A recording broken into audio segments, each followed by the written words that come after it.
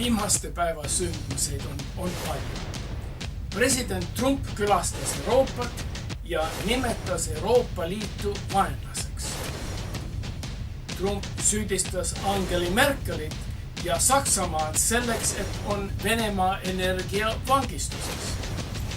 NATO liikmetele Trump pahandas, et USA pole enam valmis oma verd ja vara valama Euroopa kaitseks. Suurbritannias Trump avaldas oma arvamust, et ainult tema nõuga õnnestub Brexit ja peaminister Theresa May on äpuliider. Kuninganna kohtumisel Trumpi varjutus jättis Elizabethi nähtamatuks. Ja Suurbritanniast sõitis Trump Helsingi Venemaa diktaator Putiniga mesinakood pidama. Ameerika ärkas nende sündmustele suurimas pohmellis.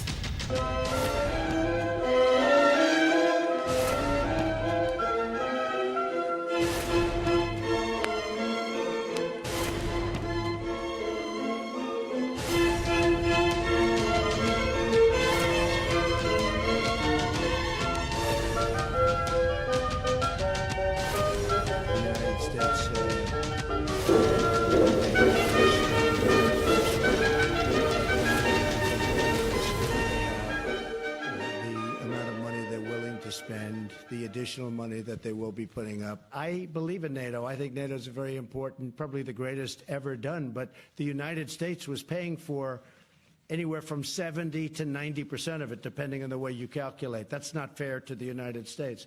In addition to that, as you know, we're in negotiations with the EU, and we're going to be meeting with them next week. We've been treated very unfairly on trade. Our farmers have been shut out of the European Union. Now, you could say they're different, but basically, to a large extent, they're the same countries. Germany's coming along, and we still have to figure out what's going on with the pipeline, because the pipeline is coming in from Russia. So we're going to have to figure that out. I brought it up. Nobody brought it up but me, and we all are talking about it now. Some people ask themselves, will you be tweeting differently once you board the Air Force One? Thank you. No, that's other people that do that. I don't. I'm very consistent. I'm a very stable genius. As you know, I'm meeting with President Putin on Monday. We're going to that meeting. Ameerika president võttis endale paar puhkusepäeva enne Helsingi kohtumist. Neid päevi pidas ta oma Šoti golfiväljakul, mis väheste külaliste puhul pole kasumis. Seepärast nõudis Trump USA maksumaksjatelt rohkem kui 50 000 Briti naela oma enda võõrustamise eest oma kodus.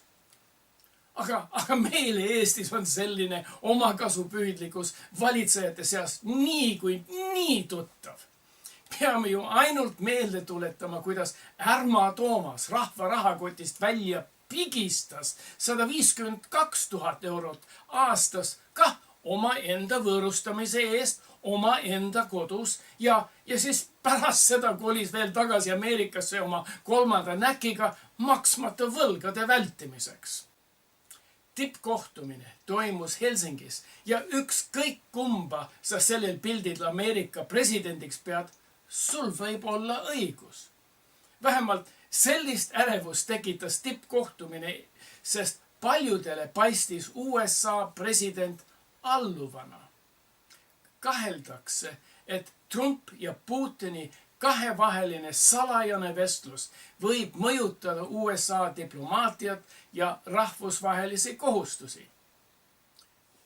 Meie Eestis jälle teame, kuidas sellised asjad käivad. Enne teist maailmasõda salajane Molotov-Ribbentrop paktiga kingiti Eesti saatus Stalinile. Ja siis Lennart Nikolajev Meri kinkis 12-kilomeetrise merepiiri asemel 3-kilomeetrise merepiiri, et Venemaal oleks tuumaallveelaevadele kõva pinnas, millelt lennutada tuumarakette. Suursuli Siim Kallas alustas vestlus Tartu rahu võidetud Peipsi taguseid kinkima igavesti Venemaale. Ja seda poliitikat jätkab iga võimueliidi partei. Trumpi kritiseeritakse ka sellepärast, et ta valetab. seda, mida on selgelt näha ja kuulda ühes telesaates, ta eitab ja siis õigustab jälle järgmistes saadetes. Would you now, with the whole world watching, tell President Putin, would you denounce what happened in 2016, and would you warn him to never do it again? All I can do is ask the question. My people came to me, Dan Coates came to me, and some others. They said they think it's Russia. I have President Putin. He just said it's not Russia. I will say this, I don't see any reason why it would be. It should have been obvious. I thought it would be obvious, but I would like to clarify just in case it wasn't.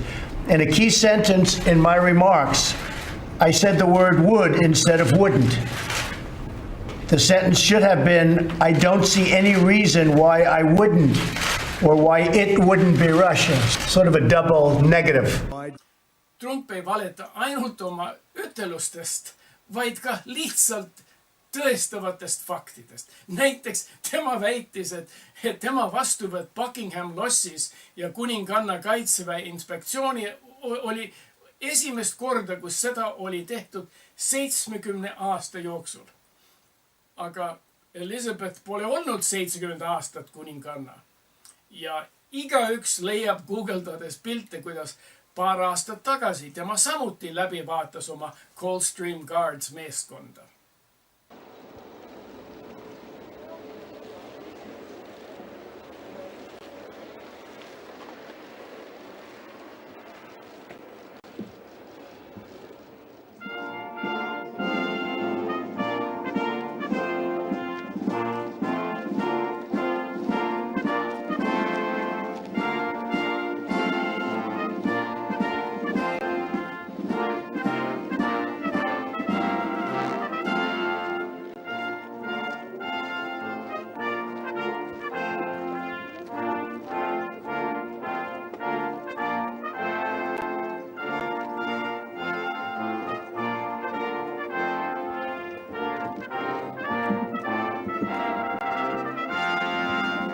Mõni Eesti poliitik on kah nakatanud selle valetamistöbiga. Mäletate, kuidas Eesti välisminister Paet läks Vene deinformatsiooniga pugema Catherine Ashtonile? Catherine Ashton oli Euroopa Liidu välisasjade ja julgeolekupoliitika kõrge esindaja ja uuris Maidani rahutusi Kiievis. Paet söötis talle Putini valet ja propagandat snaiperitest. Paet väitis, et snaiperid olid mässajate seast ja mitte nagu tegelikult Putini vassall Viktor Yanukovitši meeskonnast.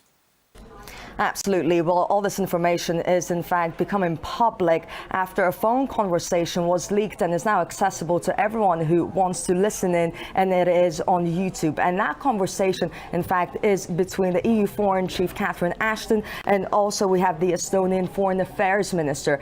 And Catherine Ashton in that phone conversation is in fact asking him about his impressions of Ukraine, where he just returned from, and he said the picture is looking sad, and more importantly, and it's quite an eye-opener, this one is the fact that snipers were, as you said, Marina, were shooting both at protesters and officials, both sides really. So let's listen into what he had to say. All the evidence shows that people who were killed by snipers from both sides, among policemen and people from the streets, that they were the same snipers killing people from both sides. Well, So that, and then she also showed me some photos. She said that as medical doctor, she can, say that it is the same handwriting, the same type of bullets, and it's really disturbing that now the new coalition, that they don't want to investigate what exactly happened, so that there is now stronger and stronger understanding that behind snipers, it was not Yanukovych, but it was somebody from the new coalition. Trumpi süüdistakse ka sellepärast, et tippkohtumisel ta ei ole riidlenud Putiniga Krimmi omastamise ega Donbassi rünnakute pärast, ega Novitšoki mürgitamiste pärast, ega USA valimiste sekkumise pärast. Trumpi kahtlustakse kõigest alates tema finantstehingutest kuni Putini agendina tegutsemiseni. Aga klaasmajades elavad eestlased ei peaks Trumpi kividega viskama. Meie peame meeles pidama, et Eesti võimuliit on ju ka rahastatud Putini poolt. Seltsimees Savisaar ju tõi Keskerakonnale toetust iga Venemaa külastuskäiguga. Vnešekonompank paberite eksitusega kinkis Suursuli Kallasele $30 miljonit Reformierakonna rahastamiseks. Keskerakonna Rasputin Yana Toom sõidab tänapäevani Eesti, Brüsseli ja Süüria vahet levitamas mitte Eesti poliitikat, vaid Putini poolt välja makstud poliitikat. Eestis pole veel Novitšoki kasutusest kuulda olnud, aga sellest on Putini agendid Eesti territooriumilt varastanud Eston Kohveri. Urmas Paet ja Marko Mihkelson toetavad Eesti territooriumi loobumist Putinile. Selliste meeste pidamine riigimeesteks on sama ebaloogiline kui Ülo Vooglaidi pidamine geiparaadi eestvedajaks.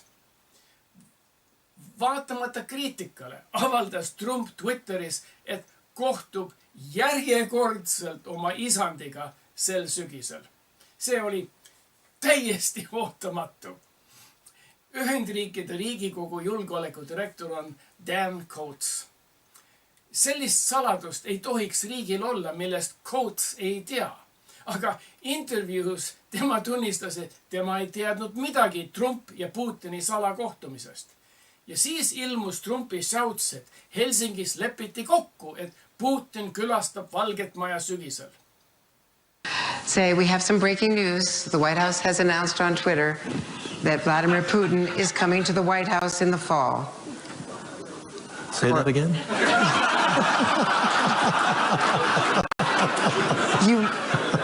Vladimir Putin coming Did I to hear the... you? Did I hear you? Yeah. Okay. Yeah. That's going to be special. Me ei tohi selle üle naerda küll. Eiki Nestori Vene president Maksimovskaja samuti sügeleb Putini kohtumise järele. Ja isegi Venemaa kommenteerijad naeravad rõõmust Trumpi käitumisest ja tema NATO ja Euroopa Liidu eiramisest. Я никогда не наблюдала и не думала, что я буду наблюдать вот такой период. Когда ни кто-нибудь, ни Советский Союз и ни Россия потом, которая пыталась много раз, особенно Советский Союз, вбить клин между трансатлантическими союзниками, а главный из них, да, Вашингтон, президент Соединенных Штатов, делает все, чтобы разбить основы вот этого трансатлантической солидарности и союзничества. Helsingi kohtumise pressikonverentsil tuli vähemalt üks salaleping Valgele. Putin pakkus koostööd Ameerika eriprokurör Robert Müllerile Vene valimissekkumise uurimisel.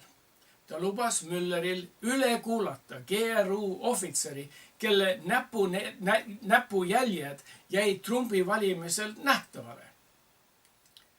Selle lubaduse juures oli suur aga. Putin tahtis aga samuti üle kuulata tema isiklikke vaenlasi Ameerikas. Tema vaenlaste hulgas on muidugi Bill Browder, kelle noor advokaat Sergei Manitski suri Putini vangina, ja endine USA suursaadik Venemaal Michael McFaul. Nende kahe toetusel, tähendab, et Browder ja McFauli toetusel on Venemaale kuhjatud sanktsioone ja oligarhide reisikeelde. Trumpi Valgemaja pressikonverentsil pressiesindaja Sarah Sanders avaldas, et Valgemaja tõsiselt kaaluski suursaadiku saatmist Venemaale vastutama Putini vastuolu eest. Venemaale, kus hukatakse poliitilisi vaenlasi. Et poleks mingit kahtlust Putini sekkumisest USA valitsuses, ma lisan siia viimase jutu. Nädala lõpupoole USA riigiprokurör süüdistas venelannat Maria Putinat spionaažis. Enne vahistamist Putina oli õpilane Washington DC Ameerika ülikoolis, kus ta oma kooli klassikaaslastele avalikult tunnistas, et oli Venemaa kanal. Tema käitleja on Alexander Torshin, endine tuumasaadik ja Putini usaldatu. Sekskontaktidega puges ta vabariiklaste partei juhtide sekka, kuni tal oli üllatavalt mõju. Oma vabariiklase nõndanimetatud boyfriendi kaudu sokutas ta endise riigi julgeoleku nõustaja Robert Flynnile asetäitja. Asetäitja oli Fox News kommentaator K.T. McFarland, keda vallandati koos Flynniga, kui kaheldati nende kahe kokkumängu Vene agentidega. Üks vahe, Trump kaalus vastaskandidaati Mitt Romneyt määrata välisministriks. Aga Venemaa spioon Maria Putina kiitis Romney asemel Rex Tillersoni. Ja selle teoga teenis oma käskija Torshinilt ülimat kiitust, kui ta säutsus, et sa oled ületanud Anna Chapmanit. Nojah, kas te ikka Anna Chapmani mäletate? 90. aastatel läksid mõned Vene päritoluga noored turistid Inglismaalt Kanadasse. Kanadas nad külastasid kalmistuid, kuni leidsid surnute haudu, kelle sünniaastad olid enda sünniaastale lähedased. Turistid varastasid surnute identiteedid ja alustasid vaikset pereelu ja koolitust Kanadas. Mitme aasta pärast kolisid noored Ameerikasse, kus alustasid oma spioonikarjääri ja laiendasid oma tutvusvõrku USA poliitikute ja USA sõjaväelaste seas. FBI vastuluure jälgis neid uusi elanikke üle 10 aasta ja 2010. aastal arreteeris 10 spiooni ja vahetas neid USA kodanikude vastu, kes olid Venemaal arreteeritud. Kuulsam spioonidest oli kaunis Anna Chapmani nimeline, keda kiideti Venemaale naasmisel KGB auhindadega. Aga see FBI agent, kes juhendas seda pikka vastuluuret ja kes leidis need spioonid ja kes juhendas arreteerimist, oli Peter Strzok. See on see sama Peter Strzok, keda USA president tänapäeval süüdistab enda mustamises. Kui teile pakub selline lugu huvi, siis võite ise edasi lugeda lingil, mis on siin all ekraanil. Mõned ikka usuvad Trumpi ja Putini sõltumatusse. Kui on vaja otsustada, kelle juttu uskuda, siis mina usun USA FBI-d ja julgeolekuorganeid. Mitte meest, kelle orgiasmiline naeratus ilmub ainult ajakirjanikude ja vaenlaste surmaga. Samuti, kui on vaja otsustada, kas usaldada Eesti peaministriparteid, kes on ennast kleepanud Putini ühtse Venemaaga, või parteid, mida rahastas Vene Pank, või parteid, kelle välissuhete ekspert avaldab toetust Ukraina territoriaalse terviklikkusesse ja samal ajal tahab kinkida 5% Eesti territooriumist Venemaale, või parteid, kes surub rahvale Maksimovskaja presidendiks, siis pole vahet, kas sa usaldad neid või seda meest, kes näeb välja nagu peenis, millelt on kondoom värskelt koorinud.